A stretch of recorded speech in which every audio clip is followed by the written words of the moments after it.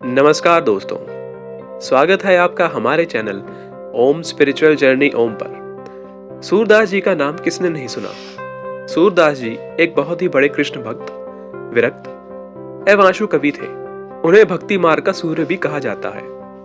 वे जन्म से ही नेत्रहीन थे, जिस कारण उनके परिजन उन्हें पसंद नहीं करते थे और उन्होंने काफी छोटी आयु में ही घर छोड़कर विरक्ति ले ली थी।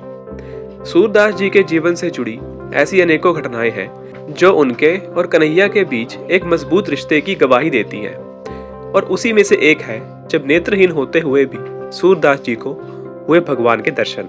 पौराणिक कथाओं के अनुसार एक दिन सूरदास जी वृंदावन में बैठे थे और राधा कृष्ण की भक्ति कर रहे थे। उस दिन भगवान का भक्त के साथ क्रीड़ा करने का मन हुआ।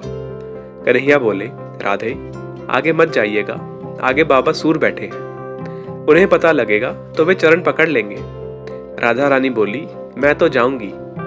यह कहकर श्री जी बाबा सूरदास के पास आई और उनसे पूछने लगी कि बाबा, अगर मैं आपके पास आई तो क्या आप मेरे चरण पकड़ लेंगे। सूरदास जी बोले, लाडली जी, मैं तो नेत्रहीन हूँ, मैं कैसे आपके चरण पकड़ूंगा।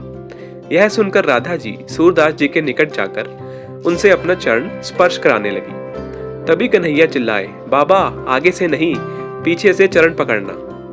सूरदास जी ने मन में विचार किया कि अब तो ठाकुर जी की आज्ञा भी मिल गई है, चरण पकड़ शरणागत होने का इससे अच्छा मौका भला कब मिलेगा। यह सोच जैसे ही राधा रानी ने अपना चरण बाबा से स्पर्श कराया, उन्होंने झट से उनका चरण पकड़ लिया। राधा जी तो उनसे बचकर एक बालक की भांति भाग गई, परंतु उनकी पायल सूर के हाथों में रह गई। यह देख श्री जी बोली, बाबा मुझे मेरी पायल दे दो।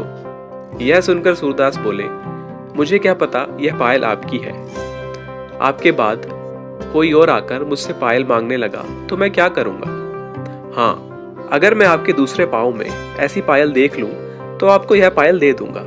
तब युगल सरकार मुस्कुराए और भक्त शिरोमणि सूरदास जी को दृष्टि प्रदान कर अपनी रूप माधुरी में उन्हें सरोवर कर दिया। यही ठाकुर जी की इच्छा भी थी, जिसके कारण यह पूरा खेल उन्होंने ही शुरू किया था। तब कन्हैया ने सूरदास से कहा कि उनकी जो भी इच्छा हो वो मांग सकते हैं। सूरदास जी ने हाथ जोड़ते हुए कहा, हे नाथ, मैं चाहता हूं कि जिन नेत्रों से मैंने आपका दर्शन किया है उन नेत्रों में मैं केवल और केवल आपको बसा लूं। अब मैं इस माया रूपी संसार को देखकर अपने नेत्रों को मैला नहीं करना चाहता। कृपया करके आप मुझे पुनः नेत्रहीन कर दें। यह सुन युगल सरकार के नेत्र सजल हो गए। भगवान ने भक्त को गले से लगाया और देखते ही देखते सूरदास के नेत्र फिर से शांत हो गए।